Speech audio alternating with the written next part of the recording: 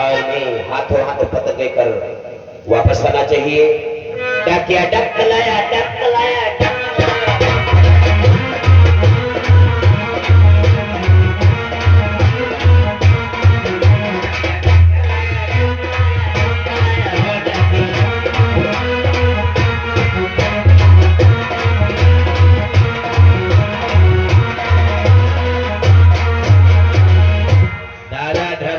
चरणों में इस कौरव दल की द्वारपाल का नमन हो।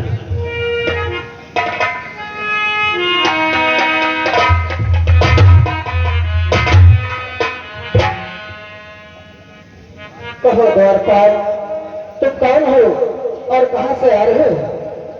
दादा श्री, इस समय हमारा आगमन दादा दुर्योधन के दरबार से हो रहा है। और यहाँ पर किस लिए आए हो? हमारा दादा दुर्योधन ने आपके लिए पत्र भेजा है दादा श्री। लाओ, ये पत्र मुझे दो।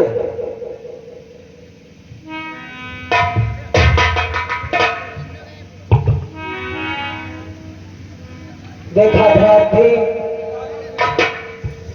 क्या कह रहे? भ्राती, देखा तुमने, दुर्योधन युद्ध करने से घबरा गया है। देखो ये संग पत्र भेजा है। अब मैं देखता हूँ आखिर इस पत्र में क्या लिखा है। देखो दादा,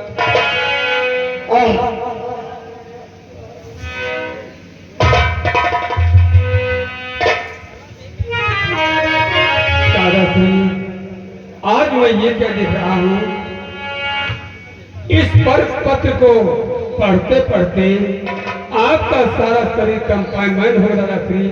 आखिर इस पत्र में कौन सी विशेषताएं लिखी ज्यादा थी? जानते इसमें क्या लिखा है? इसमें लिखा है, और आगे अनीश गढ़वाई से 10 रुपया and Danish sound service Balaganj Lucknow की तरफ से 10 रुपये का शानदार पुरस्कार चतुर सिंह पर हमारी पार्टी से धन्यवाद। हाँ ठीक। जानते इसमें क्या लिखा है? इसमें लिखा है कि देव को तोड़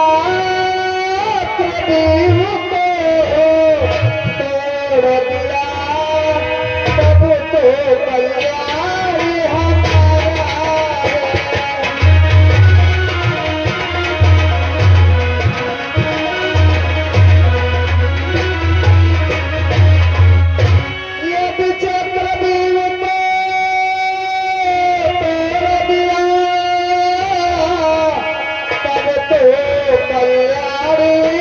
हमारा है।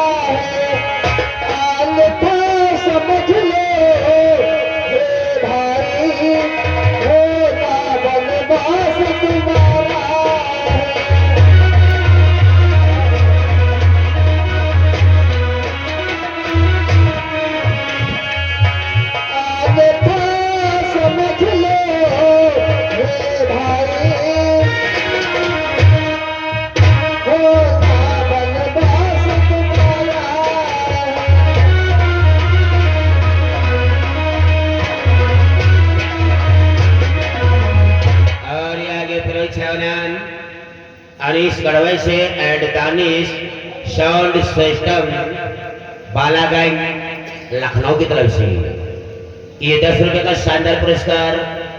उनका कहना है जो भी अपना खेत पात रखना चाहता है 1 लाख पर ढा सकता है, 90,000 वार्षिक है, 10,000 छूट है।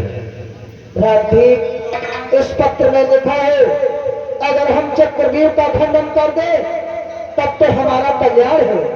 अगर हम चक्रव्यूह का खंडन नहीं कर पाए तो जिस प्रकार से हमें 12 वर्ष का वनवास और 1 वर्ष का अज्ञातवास मिला था पुनः हमें फिर मिल जाए। क्या दादा थी, अभी अभी 12 वर्ष का वनवास और 1 वर्ष का अज्ञातवास भोग करके अपने हस्तिनापुर क्यों आए हैं? अभी पैरों के निशान नहीं बिगड़े दादा श्री, पुनः फिर क्या 12 वर्ष का वनवास और 1 वर्ष का अज्ञातवास हो जाएगा दादा श्री? ठीक। ये तुम क्या कह रहे? वो दिन याद करो जिस दिन द्रौपदी का छेड़ खींचा जा रहा था। तुमने क्या प्रतिज्ञा किया था? उन प्रतिज्ञाओं को भूल गए या तुम्हें याद है? नहीं धनश्री, वो प्रतिज्ञा कोई पांडपुत्र भीम कभी नहीं भूल सकता धनश्री। कि जो काल प्रतिज्ञा की हमने उसको ही प्रथम निभाऊंगा, उसको ही प्रथम निभाऊंगा। उस महावीर दुर्योधन की मैं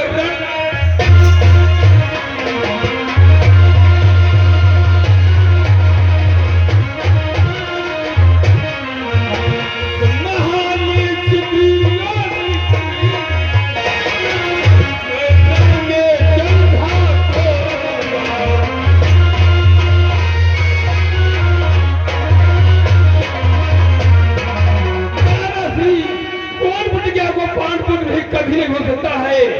और तोड़ूंगा भुजा शासन की, छाती का लोह खींचूंगा, छाती का लोह खींचूंगा। पांचाली के जो खुले थे के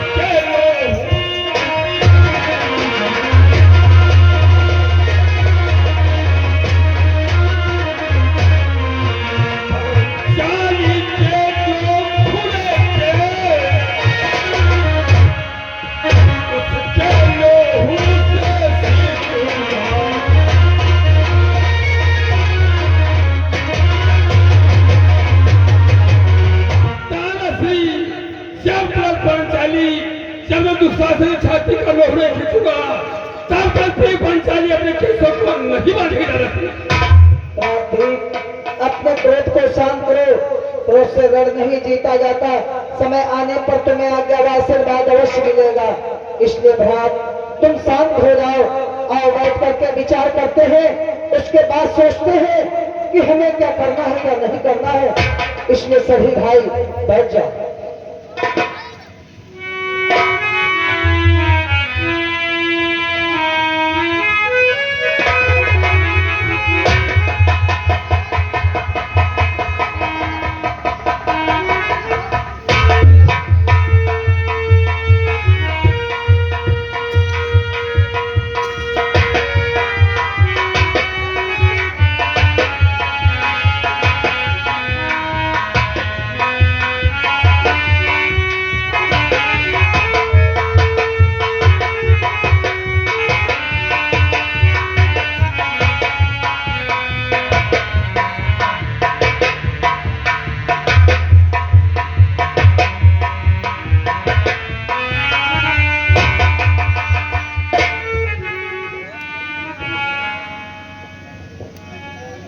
सर्वप्रथम ताऊ जी के चरणों में अभिमन्यु का प्रणाम स्वीकार हो।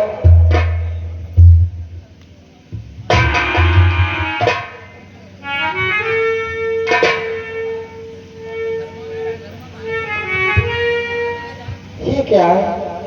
मैं जब भी दरबार को आता था, हमारी ताऊ प्रेम पूर्वक अपनी गोदी में लेकर के हमसे अत्यधिक प्रेम करते थे। लेकिन आज दरबार में उदास बैठे हैं। ये दादा भी अभिमन्यु का प्रणाम स्वीकार हो।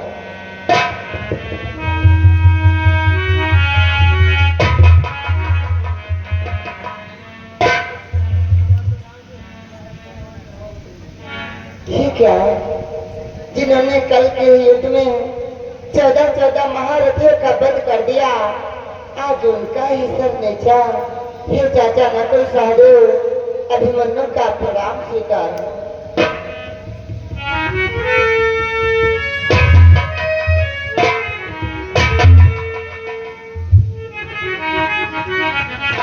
ये क्या? आज चाचा नकुल सहदेव भी दरबार में मुझसे बातें नहीं कर रहे हैं। ये मंत्री मेरा प्रणाम स्वीकार है।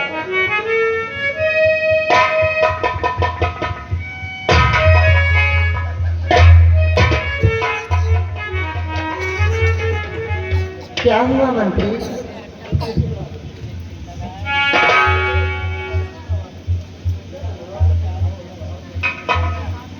क्या हुआ मंत्री? कुछ नहीं, आज सब लोग बस सोच रहे हैं राजनीति के विषय में। अरे क्यों उदास हो? अरे कारण बतलाइए। कारण हम लोग इसलिए उदास है, पचोए खेत में धान लाग रहे हैं, नाला आएगा भरेगा यूरिया, कोई दिन में खेत पूरा सुखाएगा। अरे ऐसी बात नहीं हो सकती है, छोटी सी बात के लिए कोई इतना दुखी नहीं होता है।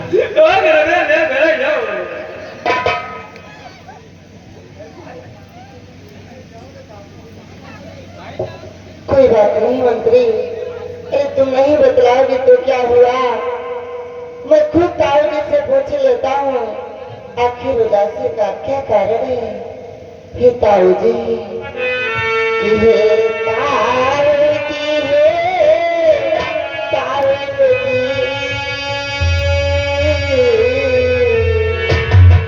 हे ताऊजी, हे ताऊजी को झेलाल तुम्हारा।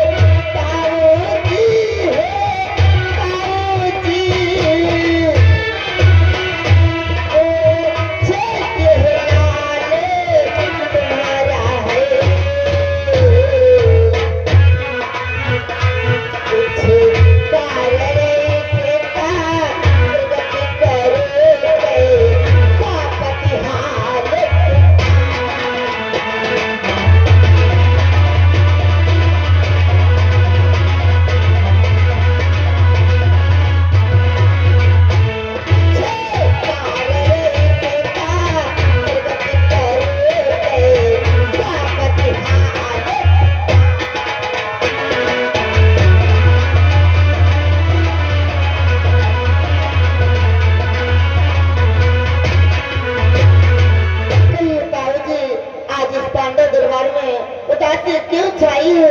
आज सभी लोग अपना सर नीचे झुकाए हुए क्यों बैठे हैं? आखिर इसका क्या कारण है?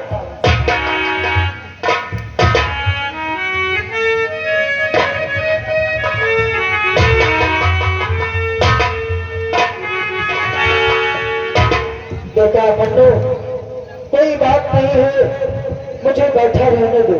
नहीं ताऊजी, हमें भी बतलाएं आखिर ऐसी कौन सी बात हो गई है जिसे मन में रख करके आपके चेहरे पर ये उदासी नजर आ रही है? बेटा बन्नू, तुम उदासी का कारण जानना चाहते हो? हाँ ताऊजी। इस उदासी का कारण है, बोलो। कि मेरे प्यारे बेटा अभिमन्यु,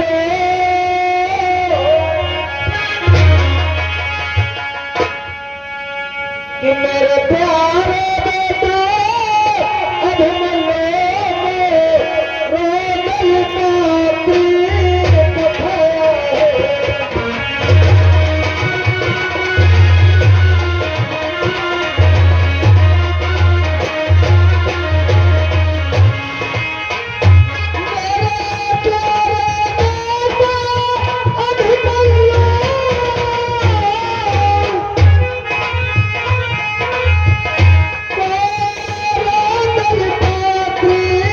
कथाया है।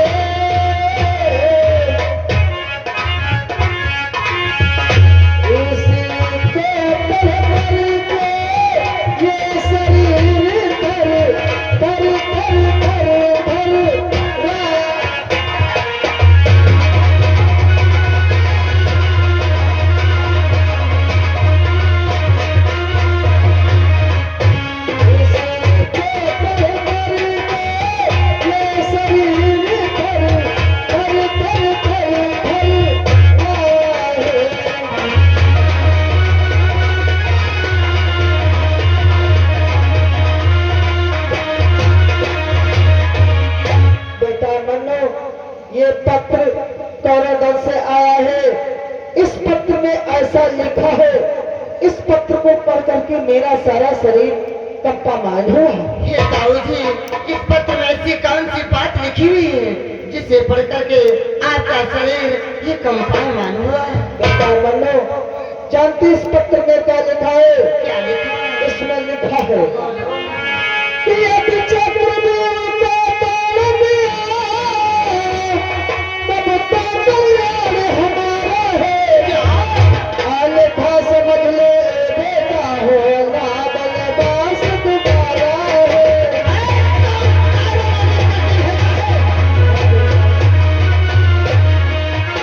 अन्यथा समझ ले बेटा हो ना बलवास तुम्हारा है।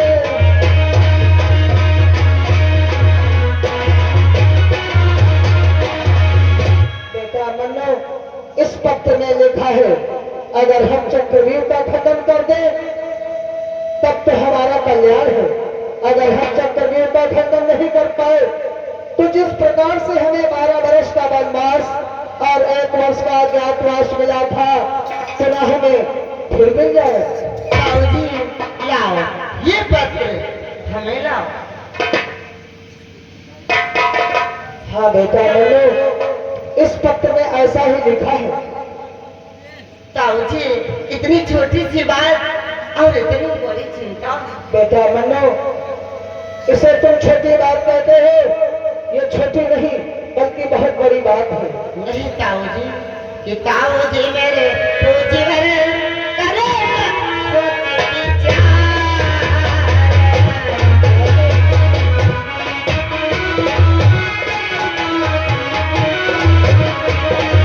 ताऊजी मेरे पूजी भरे करे सोच विचार। बिहुले के लिए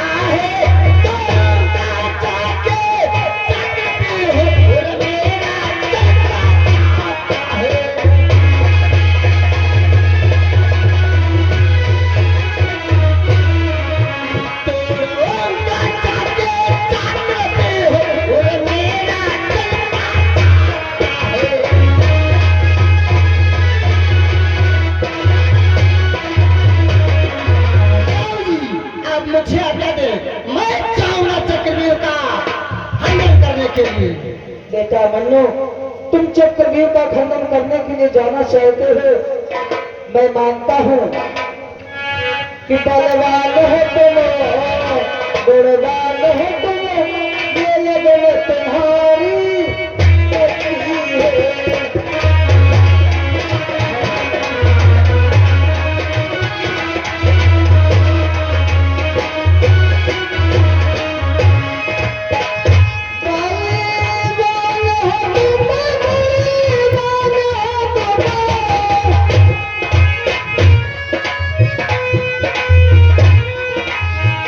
बलवान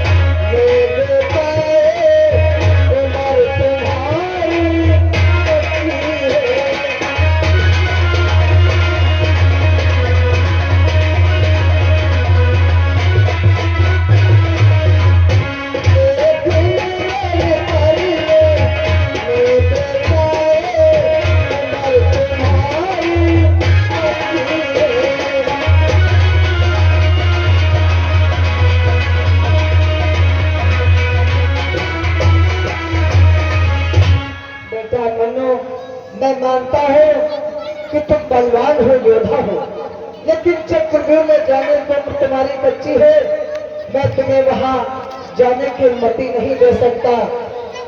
नहीं ताऊ जी की चिंता न करे ताऊ जी, माये तो भयंकर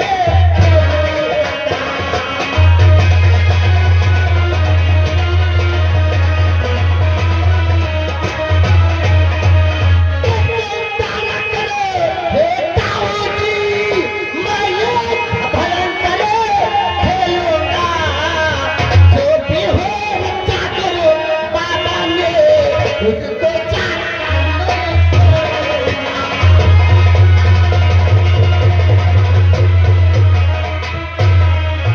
जो भी हो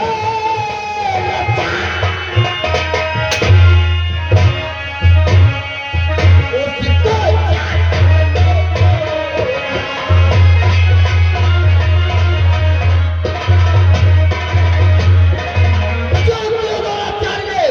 वहां पर चक्रव्यूह की रचना की है, मैं उससे चाहते ही जाते आंदोलन कर दूंगा। आप मुझे आज्ञा देता हूँ जी। और ये आगे श्रीमान दानिश साउंड सर्विस बालागंज लखनऊ की तरफ से, इनकी तरफ से कल्प का शानदार पुरस्कार वीर अभिमन्यु के लिए आ रहा है। हमारी पार्टी से धन्यवाद। बैठ जाओ, पानी नहीं बरसते मारे।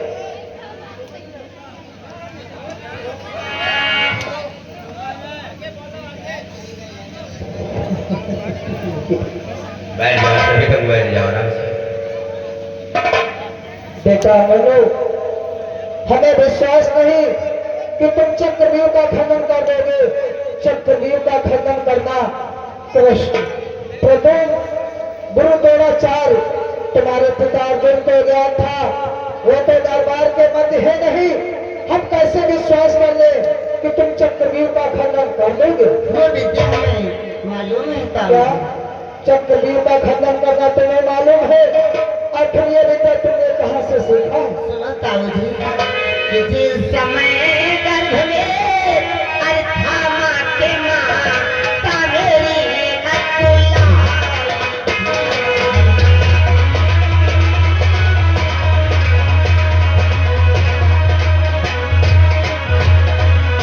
जिस समय गर्भ में अम्मा के माता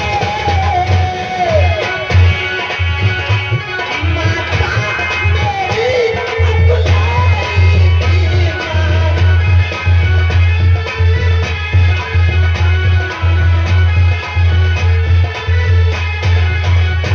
माता मेरी अतुलाई थी, उस समय पिताजी ने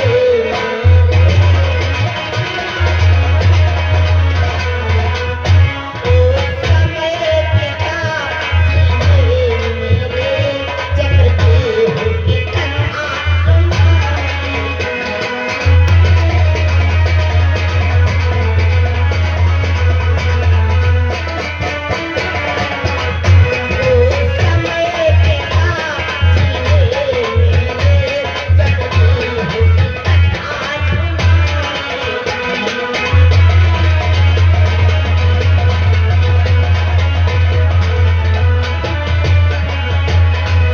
और ये आगे फिर नाम दानिश साउंड सर्विस बालागंज लखनऊ की तरफ से, इनकी तरफ से 10 रुपए का शानदार पुरस्कार चलते ही सिर पर आ रहे हो। नकारा मत करें, जरा नकारा उठा के बजाओ। ताऊ जी, जिस समय मैं अपनी माता के गर्भ में पला था, एक दिन हमारे माता जी को घबराहट सी महसूस हुई। हमारे पिताजी ने माता जी को धैर्य बढ़ाने के लिए चक्रव्यूह की कथा सुनाना प्रारंभ किया। हमारे पिताजी ने एक द्वार से लेकर के 6 द्वार तक कथा सुनाई, और जब अंतिम 7वें द्वार का नंबर आया तब हमारी माता को निंद्रा आ गई। मैं तो माता के गर्भ में पल रहा था, माता के साथ साथ मैं भी सो गया। और ताऊ जी कि है आज मुझे अब तक कैसे आज कैसे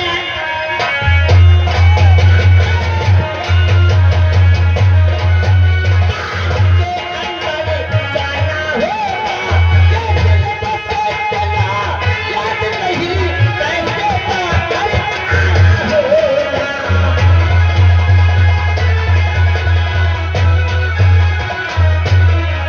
लेकिन बसे चला याद नहीं